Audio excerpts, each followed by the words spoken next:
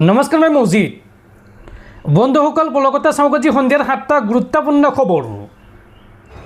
প্ৰথমটো খবৰ, মছজিদৰ আজান বন্ধ কৰিব বিচৰাসকল মূৰ্খ। বিশ্বনবী হজৰত মহম্মদ আৰু আজানৰ সমৰ্থনত এইবাৰ গৰজি উঠিল জাতীয় সংগ্ৰামী সেনা। প্ৰিয় নবী হজৰত মহম্মদক লৈ বেয়া মন্তব্য কৰাসকলৰ বিৰুদ্ধে কঠোৰ ব্যৱস্থা লওক। হজৰত মহম্মদ প্ৰতিজন খিলঞ্জীয়াৰ হৃদয়ত আছিল আৰু থাকিব। এই মন্তব্য জাতীয় সংগ্ৰামী সেনা অসমৰ নেতা চিতু বৰুৱাৰ। হজৰত মহম্মদ আৰু আজানৰ সমৰ্থনত এইবাৰ গৰজি উঠিছে জাতীয় সংগ্ৰামী সেনা।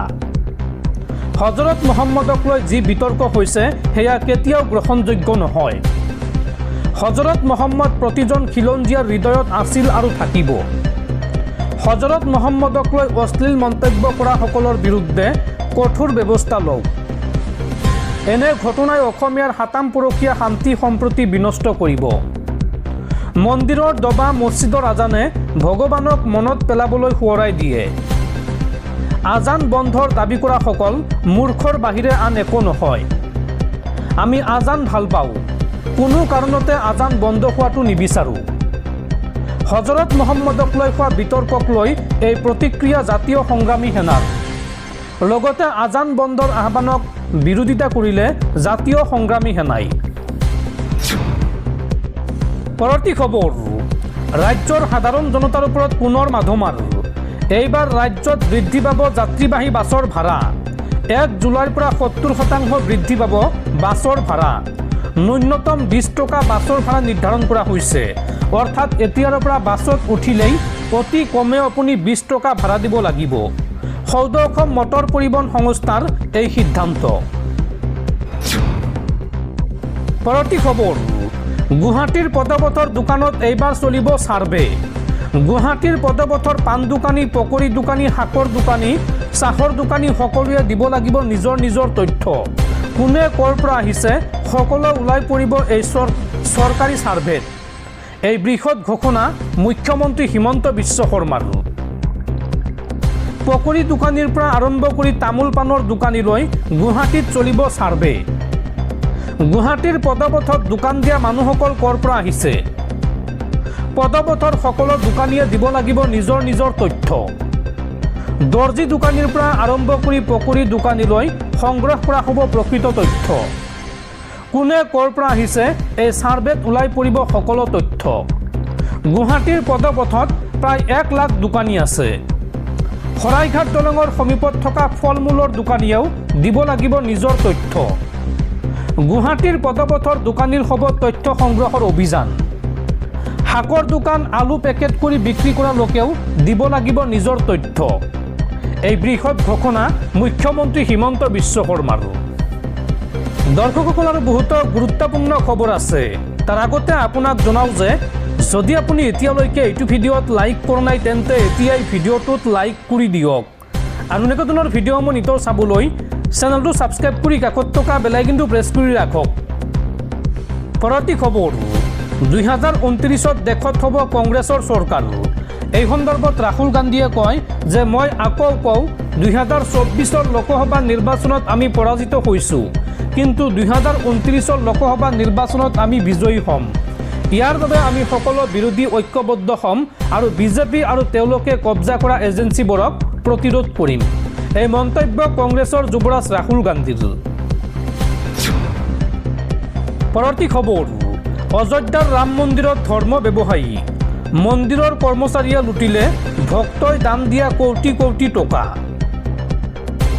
ভগৱানৰ নামতো বেপাৰ আৰম্ভ একাংশৰ। ৰক্ষকে ভক্ষকৰ ৰূপত এইবাৰ অযোধ্যাৰ ৰাম মন্দিৰৰ কৰ্মচাৰী। মন্দিৰৰ কৰ্মচাৰীয়ে লুটিলে মন্দিৰৰ দান বৰঙণিৰ কোটি কোটি ধন। মন্দিৰৰ গণনাকাৰী হিচাপে থকা কৰ্মচাৰীৰ ঘৰৰ গোবৰৰ দমত উদ্ধাৰ হৈছে 10 লাখ টকাৰ নগদ ধন।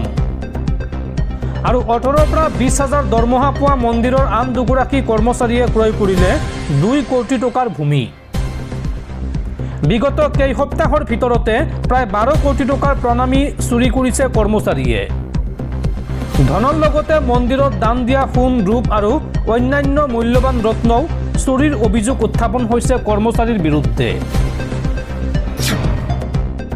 পৰৱৰ্তী খবৰ ৰাজ্যৰ লাখ লাখ অৰুণোদয় আঁচনিৰ হিতাধিকাৰীলৈ ডাঙৰ খবৰ 1 আগষ্টৰ পৰা অৰুণোদয় আঁচনিৰ হিতাধিকাৰী বেংক একাউণ্টত পুনৰ সোমাব ধন পিছে এইবাৰ প্ৰতিটো পৰিয়ালক পৰীক্ষা কৰিহে অৰুণোদয়ৰ ধন দিব চৰকাৰে আপুনিও বাদ পৰিব পাৰে এই তালিকাৰ পৰা এই সন্দৰ্ভত বৃহৎ ঘোষণা মুখ্যমন্ত্ৰী হিমন্ত বিশ্ব শৰ্মাৰ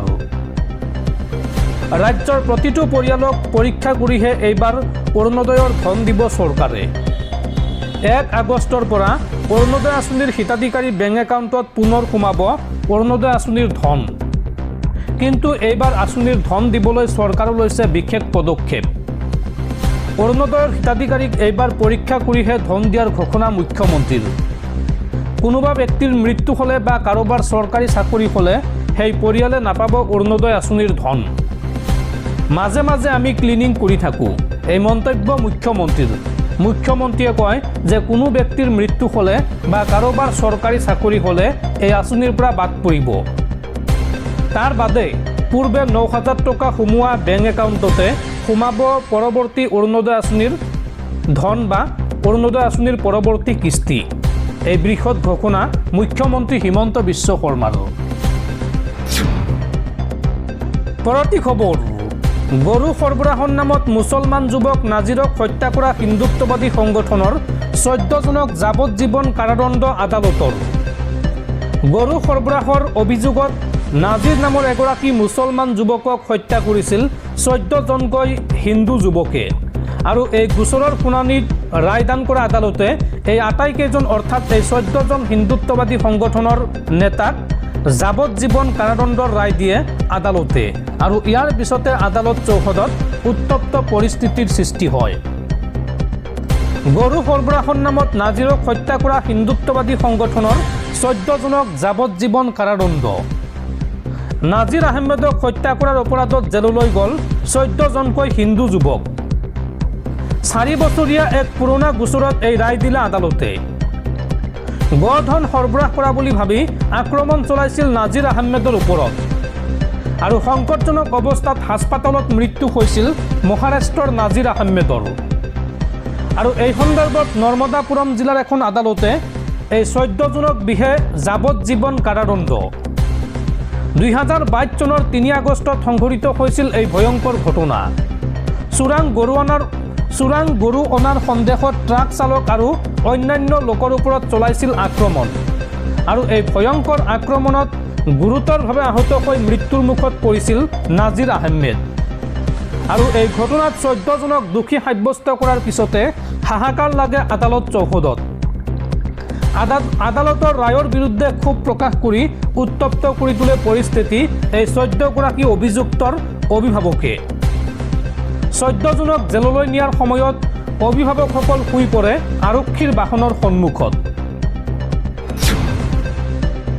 পৰৱৰ্তী খবৰ অসমৰ 3খন পাহাৰীয়া জিলাৰ এজনো বিধায়কক কিয় মন্ত্ৰিত্ব দিয়া নাই হিমন্ত বিশ্ব শৰ্মাই মুখ্যমন্ত্ৰী হিমন্ত বিশ্ব শৰ্মাক এই প্ৰশ্ন অসম প্ৰদেশ কংগ্ৰেছৰ সভাপতি গৌৰৱ গগৈৰ মুখ্যমন্ত্ৰী হিমন্ত বিশ্ব শৰ্মা মন্ত্ৰীসভাৰ দায়িত্ব ইতিমধ্যে অৰ্পণ কৰা হৈছে মুঠ 17গৰাকীকৈ মন্ত্ৰীয়ে এতিয়ালৈকে শপত লৈছে মন্ত্ৰী হিচাপে দপ্তৰ বিতৰণ প্ৰক্ৰিয়াও ইতিমধ্যে সম্পন্ন হৈছে এনে সময়তে অসম প্ৰদেশ কংগ্ৰেছৰ সভাপতি তথা সাংসদ গৌৰৱ গগৈয়ে এক বিশেষ প্ৰসংগ উত্থাপন কৰিছে সামাজিক মাধ্যমত গৌৰৱ গগৈয়ে লিখিছে যে অসমৰ 3খন পাহাৰীয়া জিলা ক্ৰমে কাৰ্বি আংলং পশ্চিম কাৰ্বি আংলং আৰু ডিমা হাছাও জিলাৰ পৰা মুঠ 6গৰাকী বিধায়ক অসম বিধানসভালৈ নিৰ্বাচিত হৈ আহিছে সদ্য সমাপ্ত বিধানসভা নিৰ্বাচনত এইবাৰ নিৰ্বাচিত আটাইকেইগৰাকী বিধায়ক সাহসীয় বিজেপি দলৰ প্ৰতিনিধি তথাপিও অতি পৰিতাপৰ বিষয় যে অসম চৰকাৰৰ নতুন মন্ত্ৰীসভাত এই পাহাৰীয়া জিলাকেইখনৰ এজনো জনপ্ৰতিনিধিক স্থান দিয়া হোৱা নাই গৌৰৱ গগৈয়ে লগতে লিখিছে যে পাহাৰীয়া জিলাকেইখনৰ সৰ্বসাধাৰণ ৰাইজ অসমৰ সামাজিক সাংস্কৃতিক বৈচিত্ৰ্যৰ এক গুৰুত্বপূৰ্ণ অংশ এই অঞ্চলসমূহৰ বিশেষ সমস্যা প্ৰয়োজন আৰু জন আকাংক্ষাক চৰকাৰৰ নীতি নিৰ্ণয়ৰ কেন্দ্ৰবিন্দুলৈ আনিবলৈ এই অঞ্চলৰ জনপ্ৰতিনিধিয়ে মন্ত্ৰীসভাত উপযুক্ত প্ৰতিনিধিত্ব নিশ্চিত কৰাটো অত্যন্ত প্ৰয়োজনীয় পূৰ্বে কংগ্ৰেছ চৰকাৰৰ দিনত এই পাহাৰীয়া জিলাকেইখনৰ পৰা নিৰ্বাচিত হৈ অহা বিধায়কসকলক যথাযোগ্য প্ৰতিনিধিত্ব প্ৰদান কৰা হৈছিল বুলি উল্লেখ কৰি গৌৰৱ গগৈয়ে লিখিছে, আমি মুখ্যমন্ত্ৰী ডক্টৰ হিমন্ত বিশ্ব শৰ্মা ডাঙৰীয়াৰ নেতৃত্বাধীন অসম চৰকাৰক আহ্বান জনাওঁ যে ৰাজ্যৰ অন্তৰ্ভুক্তিমূলক উন্নয়ন, ন্যায় প্ৰদান আৰু সম প্ৰতিনিধিত্ব নিশ্চিত কৰাৰ স্বাৰ্থত পাহাৰীয়া জিলাসমূহৰ পৰা অন্ততঃ এজন যোগ্য প্ৰতিনিধিক মন্ত্ৰীসভাত অন্তৰ্ভুক্ত কৰি সেই অঞ্চলৰ ৰাইজৰ অনুভূতি আৰু আকাংক্ষাক সন্মান জনাওক। উল্লেখযোগ্য যে এতিয়ালৈকে ৰাজ্যৰ 17গৰাকীকৈ মন্ত্ৰীয়ে শপত লৈছে। এতিয়াও বাকী আছে 2টাকৈ মন্ত্ৰিত্ব। গতিকে ইয়াৰ ভিতৰত এগৰাকী পাহাৰীয়া জিলাকেইখনৰ পৰা আৰু আনগৰাকী উত্তৰ অসমৰ পৰা নিৰ্বাচিত হৈ অহা বিধায়কক মন্ত্ৰিত্ব প্ৰদান কৰিব পাৰে বুলি ৰাজনৈতিক মহলত চৰ্চা অব্যাহত আছে।